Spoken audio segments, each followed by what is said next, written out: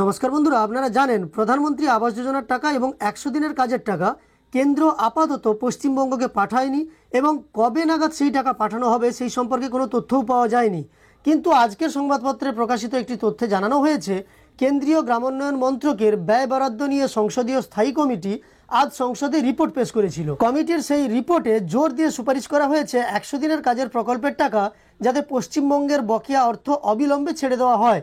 সেই সঙ্গে আপনারা জানেন প্রধানমন্ত্রী আবাস যোজনারও টাকা পশ্চিমবঙ্গের জন্য ছাড়া হয়নি। সেই ফাইল আপাতত কেন্দ্রীয় গ্রামোন্নয়ন মন্ত্রকের ঊর্ধ্বতন কর্তৃপক্ষ অর্থাৎ মন্ত্রীর টেবিলেই আছে, এই ধরনের একটা তথ্য জানা গিয়েছে। অর্থাৎ পশ্চিমবঙ্গের জন্য টাকা ছাড়ার ক্ষেত্রে এবার কিন্তু সিদ্ধান্ত নেবে ঊর্ধ্বতন কর্তৃপক্ষ।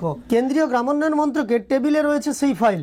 তো চলুন আজকের ভিডিওর মাধ্যমে আমরা এই সমস্ত তথ্য দেখে নেব। তবে এই ভিডিওটি শুরুর পূর্বে আপনাদের কাছে একটি ছোট্ট অনুরোধ করব, এই চ্যানেলে আপনি যদি নতুন এসে থাকেন তাহলে অবশ্যই চ্যানেলটিকে সাবস্ক্রাইব করে পাশে থাকা নোটিফিকেশন বেল আইকনটাও অল করে রাখবেন পরবর্তী ভিডিওর নোটিফিকেশন সবার প্রথম আপনার কাছে চলে যাওয়ার জন্য। এই তথ্য প্রকাশিত হয়েছে একটি জনপ্রিয় বাংলা দৈনিক সংবাদপত্রে, যেখানে জানানো হয়েছে প্রধানমন্ত্রী আবাস যোজনা গ্রামীণে পশ্চিমবঙ্গের বকেয়া 7,888 কোটি টাকা ছাড়ার সিদ্ধান্ত ঊর্ধ্বতন কর্তৃপক্ষ বা কম্পিটেন্ট অথরিটির টেবিলে রয়েছে বলে জানালো কেন্দ্রীয় গ্রামোন্নয়ন মন্ত্রক।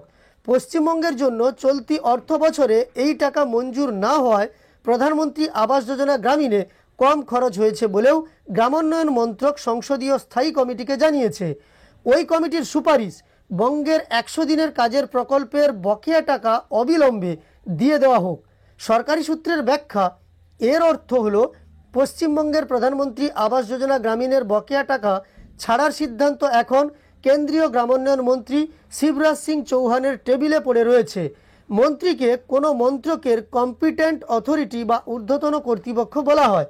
প্রধানমন্ত্রী আবাস যোজনা গ্রামীণ 100 দিনের কাজের প্রকল্পের বকেয়া টাকা নিয়ে দীর্ঘদিন ধরেই গ্রামোন্নয়ন মন্ত্রকের আমলাদের সঙ্গে রাজ্যের আমলাদের দর কষাকষি চলছিল। অনিয়মের অভিযোগগুলির ক্ষেত্রে কী ব্যবস্থা হয়েছে সেই রিপোর্ট চাওয়া হয়েছিল রাজ্যের কাছে। রাজ্যের মুখ্য সচিব ও অন্য আমলারা দিল্লিতে এসে একাধিকবার বৈঠক করেন। মন্ত্রক যখন বলছে যে সিদ্ধান্ত ঊর্ধ্বতন কর্তৃপক্ষের কাছে পড়ে রয়েছে, তখন তার অর্থ সচিব বা আমলাদের স্তর থেকে এই ফাইল মন্ত্রীর কাছে পাঠিয়ে দেওয়া হয়েছে। কেন্দ্রীয় গ্রামোন্নয়ন মন্ত্রকের ব্যয় বরাদ্দ নিয়ে সংসদীয় স্থায়ী কমিটি আজ সংসদে রিপোর্ট পেশ করেছে।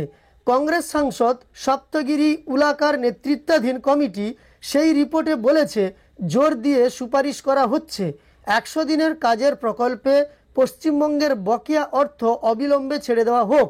মন্ত্রকের তথ্য থেকে স্পষ্ট 2022-23, 23-24 এবং 24-25-এ পশ্চিমবঙ্গ 100 দিনের প্রকল্পে কোনো টাকা পায়নি।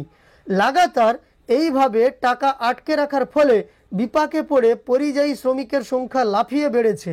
গ্রামীণ উন্নয়নের কাজে বাধা পড়েছে। গ্রামের মানুষের জীবন জীবিকায় এর প্রভাব পড়েছে। মানুষের জীবন কঠিন হয়েছে।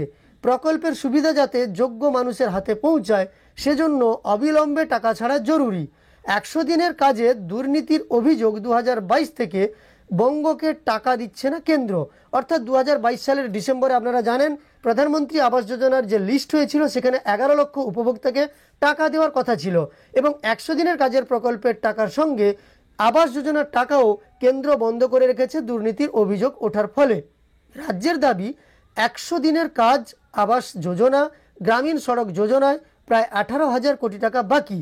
বিষয়টি নিয়ে সংসদের চলতি বাজেট অধিবেশনে প্রায় রোজই তৃণমূল সাংসদেরা সরব হচ্ছেন। শিবরাজকে চিঠি লিখে সাক্ষাৎ চেয়ে এখনও দেখা করতে পারেননি রাজ্যের গ্রামোন্নয়ন মন্ত্রী প্রদীপ মজুমদার।